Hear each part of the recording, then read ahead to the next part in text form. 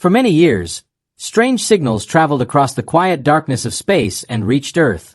They came once every 12 months, always at the same time, always with the same strange rhythm. 3 long pulses, 1 short pulse, then silence. Most people on Earth never knew about them. Only a few scientists and radio experts watched the repeating pattern with curiosity and confusion. To the people of Earth, the signals sound like harmless cosmic noise. Nothing serious. Nothing dangerous. Something that could wait for later. But the galaxies beyond Earth saw things differently. Every signal Earth received was not noise. It was an invitation. A call from hundreds of worlds across the stars. A message saying, "Come. Join the summit. Take your place among us." The Galactic Summit was a huge gathering held every year. It was where great civilizations shared ideas, solved problems, avoided wars, and made decisions that shaped the future of their worlds. Every invited planet sent a representative. Every planet, except Earth. Humans did not reply once. Not even a single word. At first, the aliens were patient. They believed Earth was slow or still learning. But as the years passed, the silence became strange. Suspicious. Worrying. Whispers began across alien cities. Why is Earth silent? Are they hiding something? Are they planning something dangerous? Some alien leaders believed Earth was ignoring them on purpose, as if humans thought they were superior. Others believed Earth was preparing for war. Some feared that humans were a threat waiting to explode. But on Earth, no one knew the truth. Governments kept the signals secret to avoid panic. Scientists argued among themselves. Some believed it was nothing, others believed it was important. No one agreed. And so the years passed. Signal after signal arrived. Invitation after invitation was ignored. The silence built up like a wall between Earth and the rest of the galaxy. Then one year something changed. The signals stopped. No warning. No final pulse. No last message. Just quiet space. Cold and endless. Earth celebrated. News channels said the mysterious signals finally ended. No one needed to worry about weird space sounds anymore. The world returned to its regular problems. Its noise. Its conflicts. But far away, at the edge of a distant spiral arm of the galaxy, huge shadows moved. A council of alien commanders stood around a floating map of the galaxy. Bright lights blinked on worlds that attended the summits. One single spot remained dark. Earth. The alien commander spoke in a deep, strong voice. Earth has rejected every call. Earth refuses unity. If they do not come to the summit, we will bring the summit to them. A fleet began to form. Not 10 ships. Not 100. But 2,000. War cruisers. Attack destroyers. Shield carriers. Armor giants. Fighters like silver sparks around them. The largest fleet ever organized by the Galactic Summit. They did not come to speak. They did not come to ask. They came to demand answers. Days later, in a dark room at the Earth Space Observatory, a young astronomer named Mira stepped into her shift. She yawned, grabbed her coffee, and checked the sky feed like always. At first everything looked normal. Small dots, silent stars, drifting meteor dust. But then something caught her eye. A flashing point of light in the far distance. Another. Then another. Then hundreds. Then more. She zoomed in, and her heart stopped. It wasn't random light. It wasn't stars. It was formation. Rows. Columns. Straight lines. All moving in perfect coordination. Mira whispered to herself, This is a fleet." She called her supervisor. He looked at the screen and turned pale. In his 30 years of work, he had never seen anything this big. They checked again. And again. But the results stayed the same. Thousands of massive objects entering the solar system from deep space. Within minutes, global observatories confirmed it.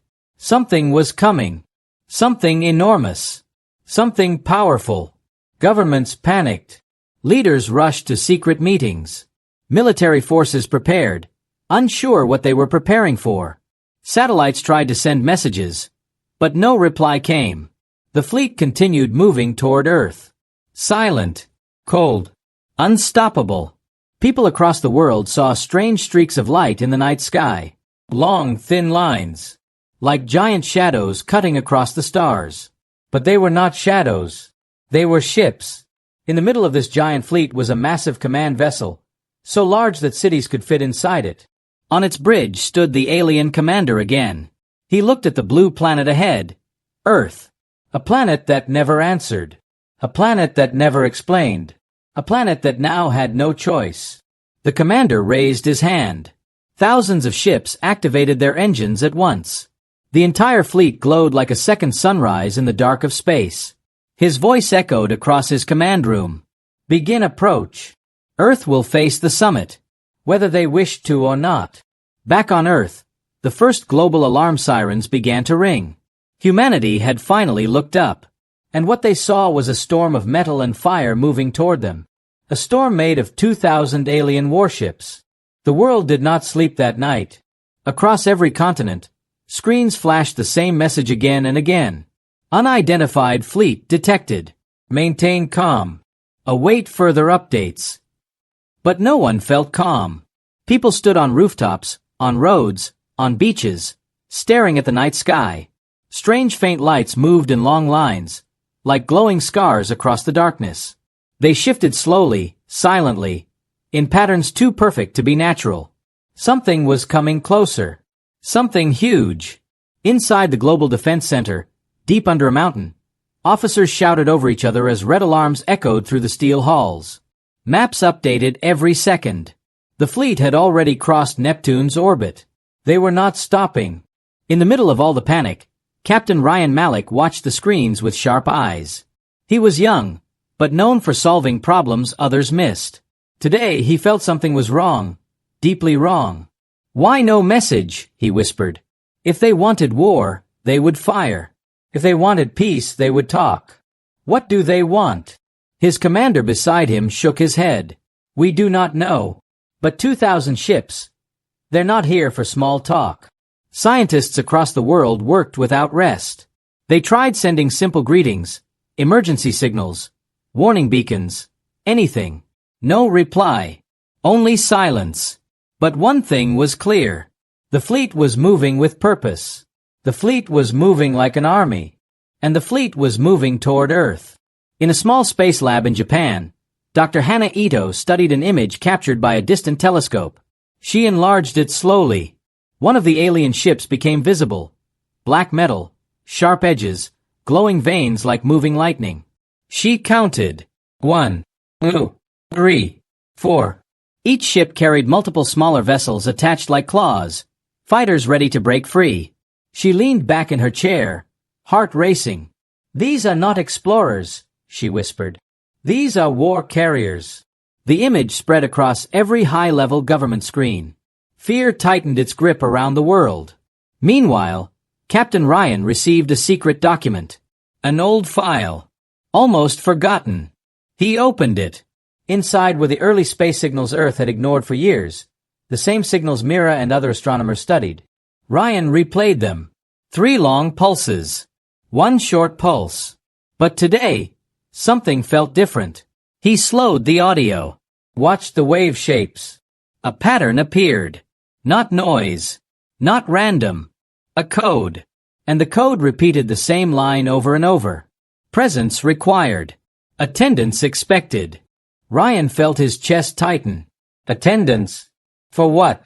He dug deeper and found translations made by old scientists, notes from workers who believed the signals were invitations to some kind of meeting. Something big. He whispered. Earth didn't ignore peace offers. Earth ignored orders. That changed everything. If Earth was meant to be part of something, and failed, then maybe the fleet wasn't here to talk. Maybe they were here to judge. Hours later, the world shook again. The first attack did not come from the aliens. It came from the sky, Earth's sky. Every satellite went dark. One moment, thousands of tiny machines spun around Earth. The next, nothing. Screens went black. GPS failed. Broadcasting dropped. World communication shook like a broken wire.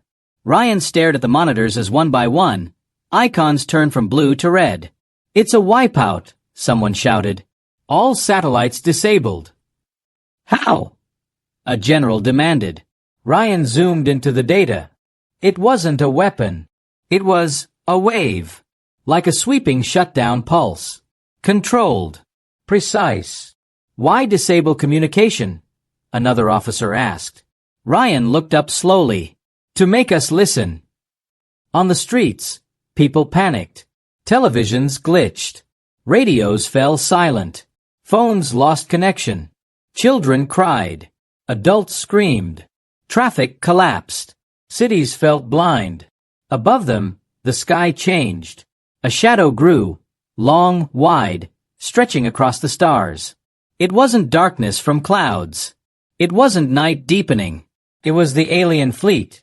Thousands of ships slid into Earth's orbit, forming a ring of silent war giants.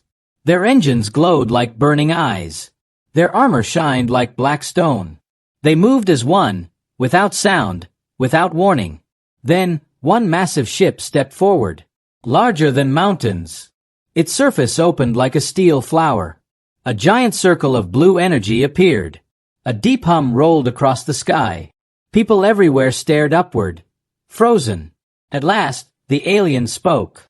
A booming voice echoed across Earth, not through radio, not through speakers, but across the sky itself, vibrating through every building, every street, every bone. Earth has remained silent for too long. Another voice followed, colder than metal. Your presence was required. Your absence is an offense. Children hid behind their parents. Soldiers tightened their grips on their weapons. Leaders across the world felt their courage drain. Captain Ryan whispered, "They're not here to guess why we ignored them. They already decided." On the screens behind him, a final message appeared, translated automatically by the system. Earth will answer. Prepare for the first ultimatum. The message faded, and the 2,000-ship fleet began to move closer. The shadow over Earth grew wider, darker, heavier. Humanity held its breath. The storm above them was only beginning. The shadow of the alien fleet covered half of Earth. Cities lay under a dim sky even though it was daytime. People whispered that the sun looked weaker, colder, as if something powerful had wrapped around the world. But the true fear began when the aliens spoke again. A ring of light appeared in the sky, huge, bright, and shaped like a burning circle. It floated above Earth like a second moon. Then an alien symbol formed at its center. The symbol pulsed once, twice, then broke into a message. Not sound, not language, but a wave of meaning that every human mind could understand. Earth must surrender and explain its silence. The message repeated 3 times across the planet. Children covered their ears even though no sound existed. Adults fell to their knees, unable to speak.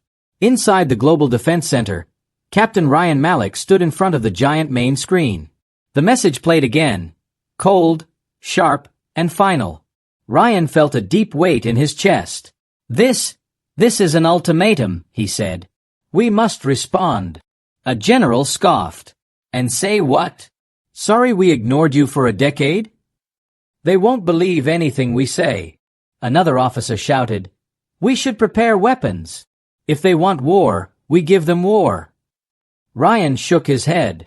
We cannot fight 2,000 ships. Even one of theirs is stronger than anything we have. The only chance we have is to talk. The room fell silent. Ryan pointed at the old signals on the screen. These messages were official. They expected Earth to attend something important. Very important. We didn't just ignore invitations. We broke a rule we didn't know existed. His commander stepped forward. So what do they want now? Before Ryan could answer, another alert flashed on the screen. New transmission detected. The alien ring in the sky changed colors. The burning circle grew brighter. A number appeared, counting down. 10 minutes. 9:59. 9:58. What is this? Someone shouted. A scientist trembled. They are giving us 10 minutes to respond. Ryan felt his heart race. It's the first ultimatum. Across Earth, fear exploded. In Pakistan, people gathered outside mosques, praying together. In New York, crowds filled the streets, staring up at the glowing ring in the sky. In Brazil, Families hugged each other tightly, thinking the end had come. Television channels broadcast broken signals, glitching images of alien ships looming above the clouds. Soldiers lined up along coastlines. Fighter jets scrambled even though they knew they could do nothing. Everywhere, people watched the countdown. 8 minutes left. In the defense center, world leaders appeared on a giant screen in a rushed emergency summit. The President of the European Union spoke first. "We must respond with peace." The Asian leader shouted, "We tried sending messages, no reply." The American general yelled, "We cannot show weakness." Ryan stepped between them. "If we panic, we die. If we lie, we die. If we attack, we die. The only path is truth." They stared at him. "What truth?" the general demanded. Ryan held up the translated signals. That Earth never understood the messages. That Earth never meant to reject them. That we want peace. Silence filled the room. Finally, Ryan's commander said, "Prepare a response. Captain Ryan will lead it." Ryan nodded and stepped to the communication station. But then, another alarm sounded. Incoming message from aliens. The countdown froze at 6 minutes. The alien voice returned, louder than before. "Earth, explain your silence." Ryan tapped the microphone. "This is Captain Ryan Malik of Earth. We wish to speak. We want peace. We did not understand your signals." No reply. He tried again. "We did not ignore you. We misunderstood. We..." The alien voice cut through him. Explanation rejected. Everyone froze. "It didn't work," a scientist whispered. The general slammed his fist on the table. "Then we fight." "No," Ryan said softly. "Wait." The alien ring changed again. The glowing symbol began showing scenes. Ryan watched in shock. The scenes were of aliens gathering in a grand hall. Different species speaking, trading ideas, agreeing on laws. The Galactic Summit. Then it showed years passing. And every year, one empty seat remained. Earth's seat. Ryan whispered. "They think we disrespected them." The ring shifted again, now showing something darker. Ancient battles between planets that refused unity. Planets that tried to stand alone. Planets that were destroyed. Humans watched these visions in horror. The alien voice spoke. Earth refused the summit. Earth rejected unity. Earth threatened peace. The countdown resumed. 5 minutes left. Ryan felt time squeezing around him. He searched quickly through the system, looking for any forgotten data, any clue that could save them. And then he found something. An old message Earth sent years ago. A test signal from a satellite, not meant for aliens. But the aliens had received it. A simple message. Not hostile. Not arrogant. Just confused. The signal said, "We do not understand your message. Please clarify." Ryan's eyes widened. This is proof," he whispered. "Proof we tried to understand. Proof we did not ignore them on purpose." He rushed to the front. "Send this signal.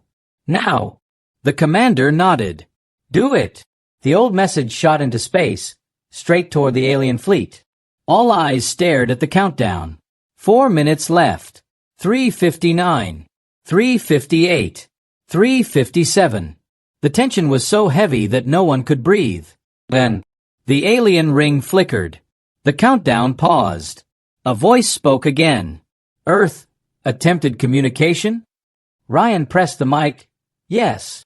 We tried. We never wanted conflict." The ring dimmed. The fleet stopped moving. For a moment, the world felt hope.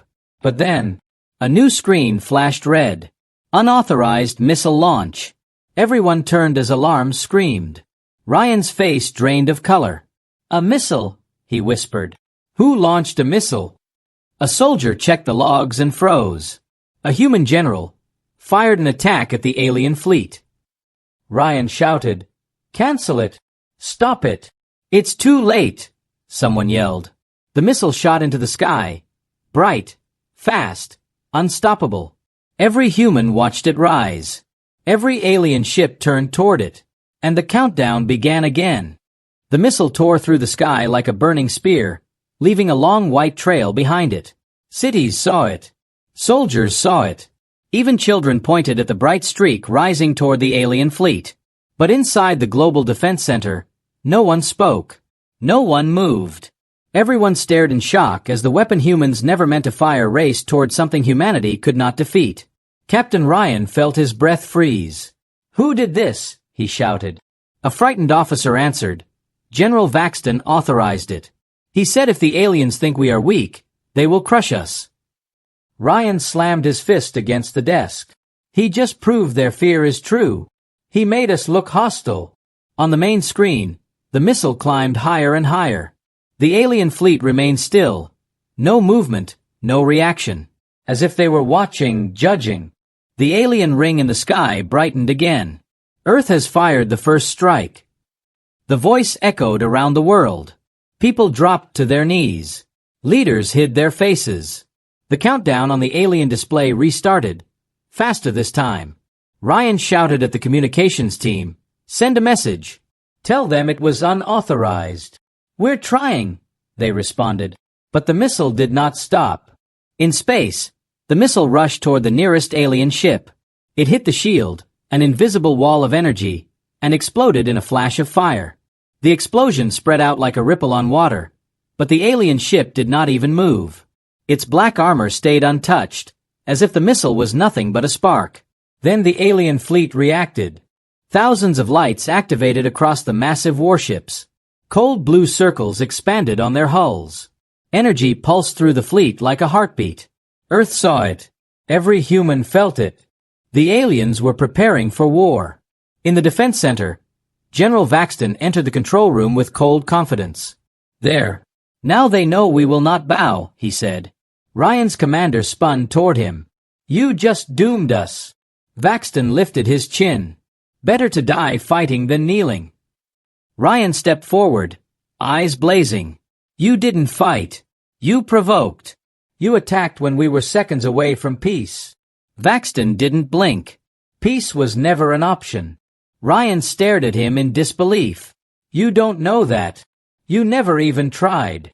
The room tensed as officers watched, torn between anger and fear. Before Vaxton could respond, another alarm shook the room. Alien fleet deploying drones. Ryan turned, his breath catching. The alien ships opened across their sides like giant metal wings. Thousands, then tens of thousands, of small, sleek drones poured out. They formed spiraling patterns around the warships like swarms of glowing insects. Each drone rotated once, charging energy. Ryan whispered, "They're preparing planetary control." A young officer swallowed. "Planetary? What does that mean, sir?" "It means they're not here to destroy Earth," Ryan answered. "They're here to control Earth. By force." Outside, in every country, people screamed as streaks of blue light filled the sky. The drones entered the atmosphere one by one, forming long lines across the horizon. Some hovered over cities. Some positioned themselves above oceans. Some circled military bases like vultures. They did not attack. Not yet. They only watched. But the message was clear. Earth was under occupation. Meanwhile, the alien ring in the sky changed again. This time, the voice was colder, sharper, with no patience left. "Earth has declared hostility. Protocol 77 will begin." The word sent a tremor across the entire planet. Ryan's commander whispered, "What is Protocol 77? Ryan searched his files quickly. There was no record, no clue, nothing. But then, on the alien ring, symbols began to appear. Translations of old galactic rules. A rule from long ago. A law for planets that break summit unity. Ryan read it aloud. Protocol 77. Remove light from the world until surrender is complete. They stared at him, confused. "What does that mean?" someone asked. Ryan turned slowly toward the main screen, fear spreading across his face. "They're not going to destroy Earth," he said quietly. "They're going to block our sun." At that exact moment, the largest alien ship, massive, dark, shaped like a floating fortress, moved closer to the planet.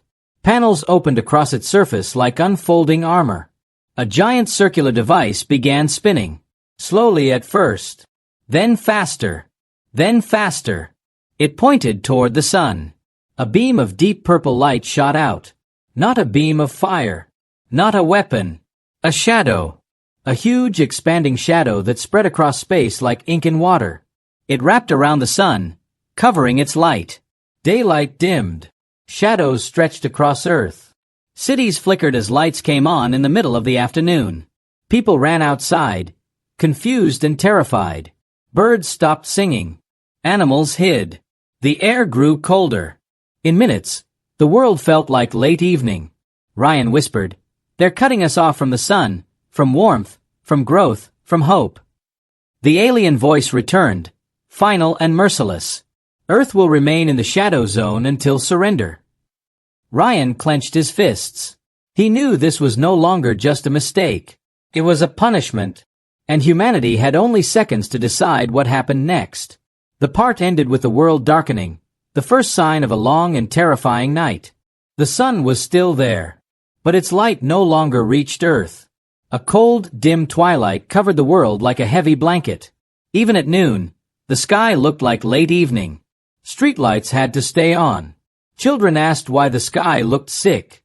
Plants began to curl their leaves, confused by the sudden darkness. Earth had entered something the aliens called the Shadow Zone, the punishment for a world that refused the summit. Inside the Global Defense Center, Captain Ryan Malik stood in front of a huge world map. Temperature readings popped up everywhere. Blue and purple numbers, dropping fast. "We have hours before the cold becomes dangerous," a scientist warned. Ryan looked up. "How fast will it spread?" "Too fast," she answered. "The sun is our heat. Without it, Earth will freeze much sooner than the aliens expect." Ryan tightened his jaw. So the Shadow Zone is not a threat. It's a countdown. A countdown to a frozen world. Meanwhile, the alien drones continued to hover above cities. They made no sound, fired no weapons, but their presence felt like a hand around humanity's throat. In London, drones floated above bridges like watching eyes.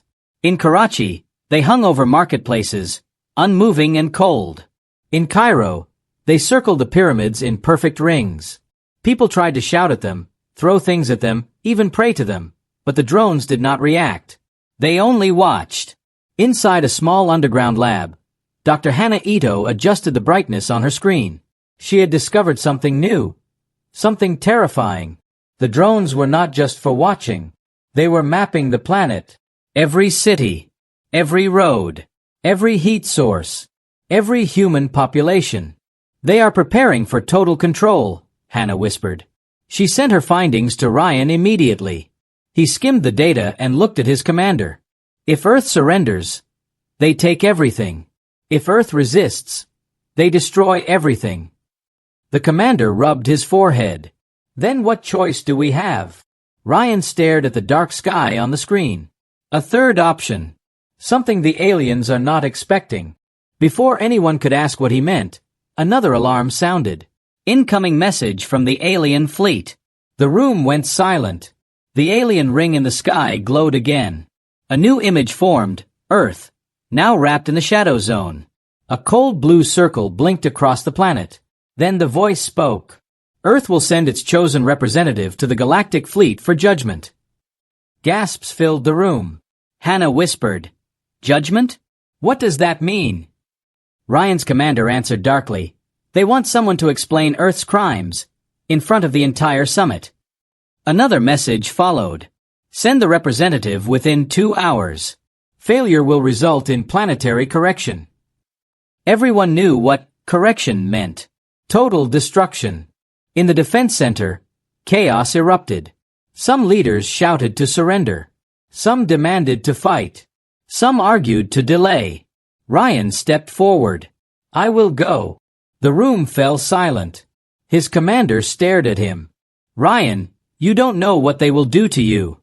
"They want someone who understands their signals," Ryan said.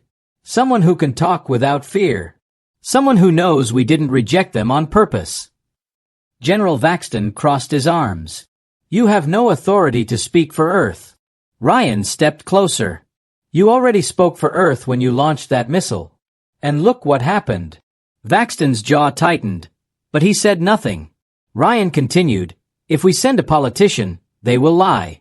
If we send a soldier, they will provoke. If we send no one, Earth burns." The commander placed a hand on Ryan's shoulder. "We'll send a small team with you. Scientists. Diplomats. You won't go alone." Ryan nodded. "How long until the ship is ready?" 20 minutes. As the team prepared, Earth grew colder. Frost appeared on windows in warm countries. Oceans formed steam as the air chilled. Birds struggled to fly. Power grids began to fail. Humanity realized how fragile its world truly was. And above all this, the alien fleet waited like a giant metal storm. Ryan walked toward the launch bay.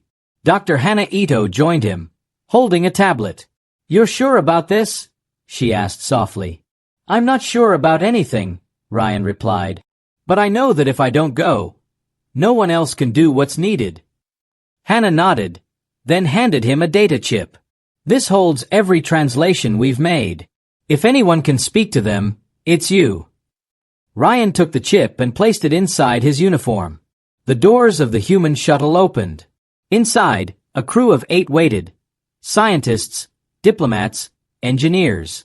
All silent, all scared. Ryan stepped inside. The commander saluted him. "Bring back peace, Captain." Ryan nodded. "Or bring back truth." The shuttle lifted slowly into the dark, cold sky. As it rose higher, the world below shrank into a blue sphere wrapped in shadow. The drones watched the ship but did not interfere. Then the alien fleet moved. A path opened between the massive warships, like a corridor of giants. At the end of this path waited the flagship. A ship so large, it looked like a floating continent of metal and glowing lights. Hannah whispered, "They're letting us in." Ryan swallowed. "No," he said. "They're judging us." The shuttle moved forward, deep into the heart of the alien fleet. The flagship doors opened. Slowly, silently, and the darkness inside waited for them like a mouth ready to swallow the truth of humanity. The human shuttle drifted inside the alien flagship like a small insect entering the mouth of a giant beast. No lights guided them. Only a faint blue glow pulsed along the walls, like veins inside a living creature. Dr. Hannah Ito whispered, "This ship, it's not built like anything we know." Ryan didn't answer. His eyes stayed fixed ahead, jaw tight, fingers gripping the seat as the shuttle docked with a soft metallic thud. A low hum filled the air. Then the doors opened. A wave of warm air drifted inside, strange, almost sweet, carrying a scent like burning metal mixed with flowers. The team stepped out carefully.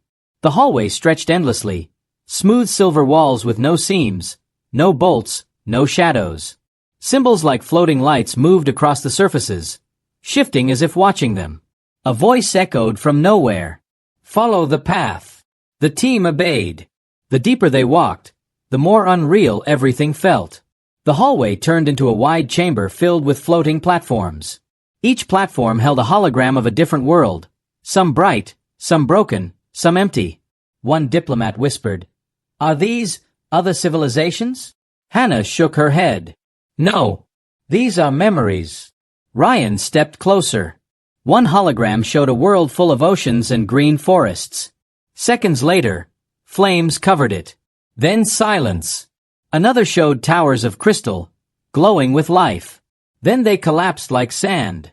Humanity was not the first world brought here for judgment. Ryan felt a chill crawl up his spine. "How many planets have they punished?" he murmured. Before anyone could answer, the floating symbols around the chamber activated, forming a circle of light.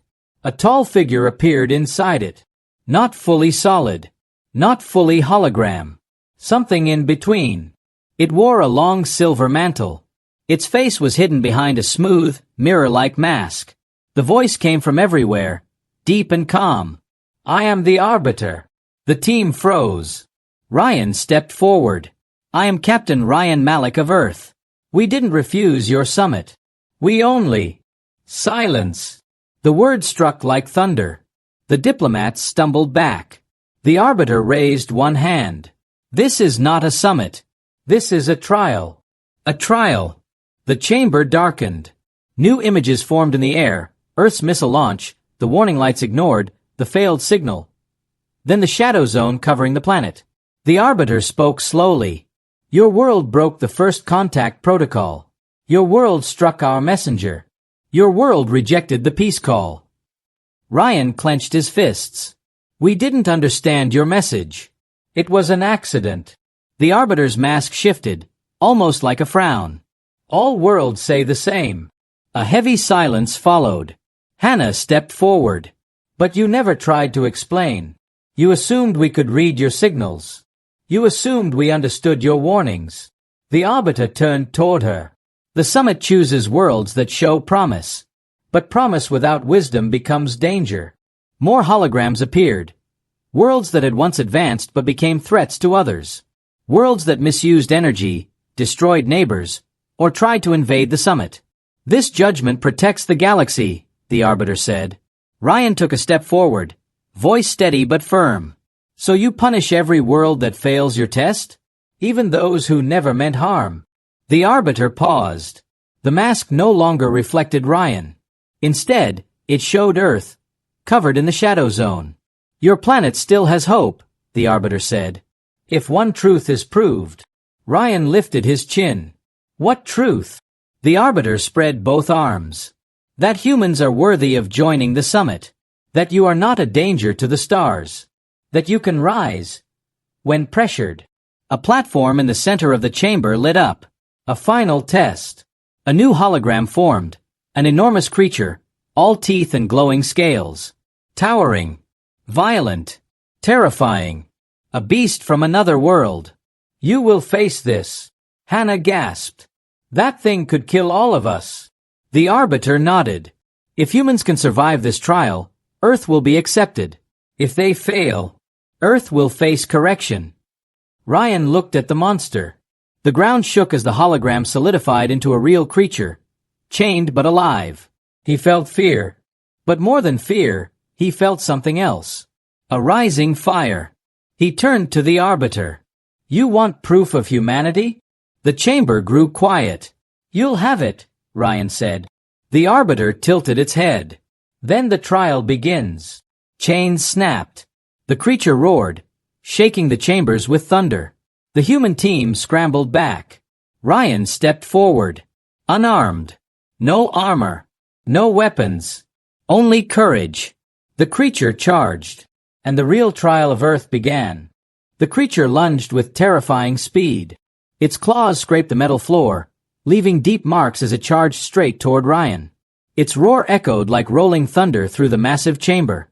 The human team screamed for Ryan to run, but he didn't move. He waited. The monster's shadow swallowed him.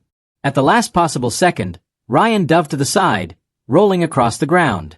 The creature's claws struck the place where he had stood, smashing the metal like paper. Hannah shouted, Ryan! You can't fight it alone.